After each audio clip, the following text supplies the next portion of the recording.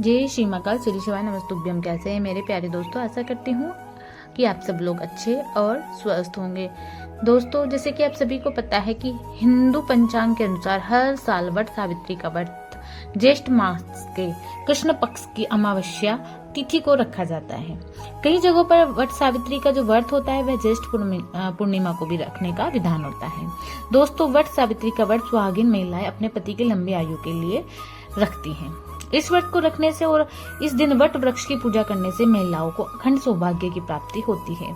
आपको बता दें, इस दिन बरगद के पेड़ की पूजा की जाती है। वट वृक्ष की पूजा करने से परिवार में सुख समृद्धि आती है, साथ ही सभी मनोकामनाएं भी पूर्ण होती हैं। दोस्तों, वट वृक्ष में ब्रह्मा विष्णु महेश तीनों का निवास स्थान माना जाता है। बरगद के पेड़ में अनेक शाखाएं लटकी होती हैं। इन्हें सावित्री का रूप माना जाता है, इसलिए इस दिन इस वृक्ष की पूजा करने से सौभाग्य और संतान की प्राप्ति होती है। दोस्तों, ऐसा माना जाता है कि वट सावित्री के दिन सावित्री अपने पति सत्यवान के प्राण यमराज से पुनः वापस लाई थी। तभी से इस दिन को वट सावित्री व्रत के रूप में पति की लंबी आयु के लिए यह त्योहार मनाया जाता है।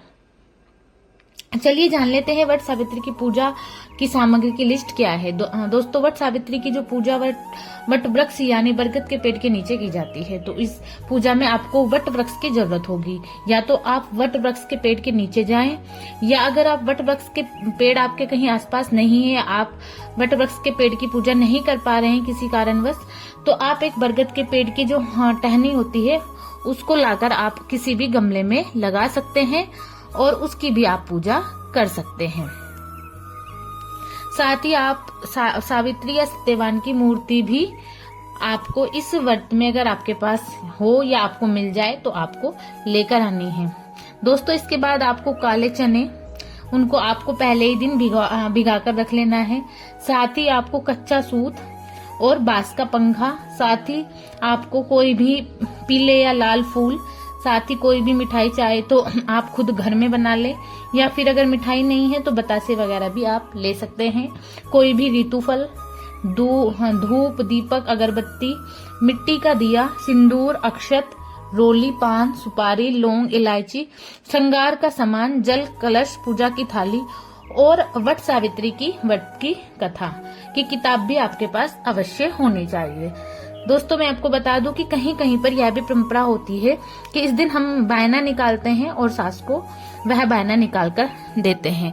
तो वह जब बायना आप निकालते हैं उसमें सास के लिए एक थाली तैयार की जाती है, जिसमें हम उनके लिए साड़ी और साड़ी के साथ ही हमें जो श्रृंगार का सामान है वह रखना चाहिए। साथ ही कुछ दक्षिणा भी अवश्य रखनी चाहिए। या कहीं जगहों पर इस चीज को माना जाता है, पर कहीं जगह पर यह प्रथा नहीं है।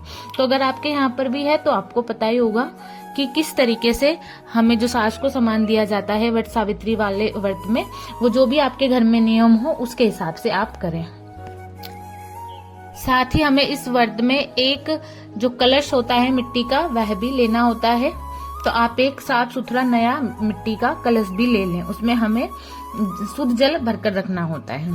तो दोस्तों, अब जान लेते हैं वट सावित्री की पूजा हमें कैसे करनी है।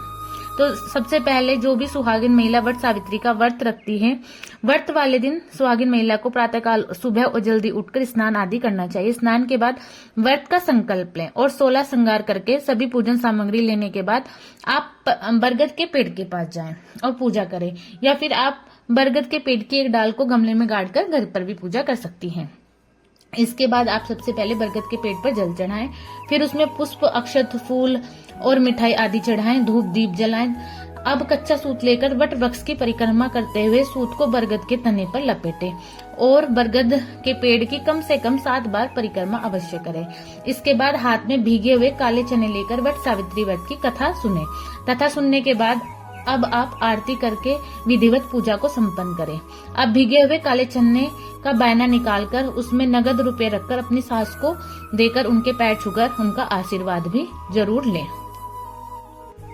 दोस्तों, अब जान लेते हैं कि वट सावित्री व्रत का पारण आपको कब करना है तो और क्या खाकर करना है।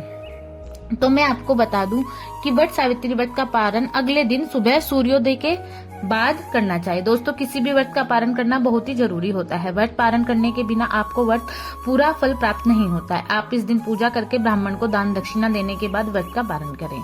आप इस दिन पारण में बरगद के वृक्ष की एक कोपल खाकर और साथ में 11 भीगे हुए चने लेकर व्रत का पालन करें। या आप पूजा में खरबूजे का प्रसाद चढ़ाया होता है तो आप खरबूजे का फल खाकर भी व्रत का पालन कर सकती हैं।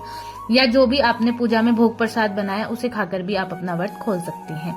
चलिए अब जान लेते हैं कि साल 2024 में वट सावित्री का व्रत किस दिन रखा जा रहा है। दोस्तों इस बार अमावस्या तिथि की शुरुआत 5 जून 2024 को शाम को 7:54 पर हो रही है और अमावस्या तिथि की समाप्ति 6 जून 2024 को शाम को 6:07 पर हो जाएगी। तो दोस्तों तिथि की मान्यता के अनुसार इस साल वट सावित्री का व्रत 6 जून 2024 दिन गुरुवार को रखा जाएगा और इस दिन अभिजीत मुहूर्त सुबह 11:52 से लेकर दोपहर 12:04 तक रहेगा। इस दिन अमृत काल शाम 5:01 से लेकर शाम 6:44 तक रहेगा और इस दिन राहु काल का समय दोपहर 2:04 से लेकर दोपहर 3:49 तक रहेगा। और जो लोग वट पूर्णिमा का व्रत रखते हैं तो इस साल वट पूर्णिमा का व्रत 21 जून 2024 दिन शुक्रवार को रखा जाएगा। अब जान लेते हैं कि क्या इस साल वट सावित्री का व्रत पहली बार रख सकते हैं या नहीं। तो मैं आपको बता दूं कि इस साल नया व्रत उठा सकते हैं। जिन लोगों की शादी इस साल हुई है वे सुहागिन महिला इस साल पहली बार व्रत की शुरुआत कर सकती है। इसमें कोई भी प्रॉब्लम नहीं है क्योंकि चैत्र नवरात्रि से हिंदू नववर्ष की शुरुआत हो जाती है और इस साल कोई भी अधिक मास यानी मलमास आदि नहीं पड़ रहा है। तो इस साल आप नया व्रत उठा सकती हैं, इसमें कोई भी दिक्कत नहीं है। या जिन महिलाओं का व्रत किसी कारणवश छूट गया है तो वह भी इस साल फिर से दोबारा अपने व्रत का शुरुआत कर सकती हैं। तो दोस्तों आशा करती हूँ आपको आज की यह जानकारी अच्छी लगी होगी। वीडियो से आपको काफी जानकारी मिली होगी। अगर आपको आज की यह वीडियो पसंद आई हो तो चैनल को सब्सक्राइब करें, वीडियो को लाइक करें, साथ ही अपने दोस्तों के साथ भी शेयर करें। मिलते हैं फिर एक नई वीडियो के साथ, जब तक के लिए हर हर महादेव।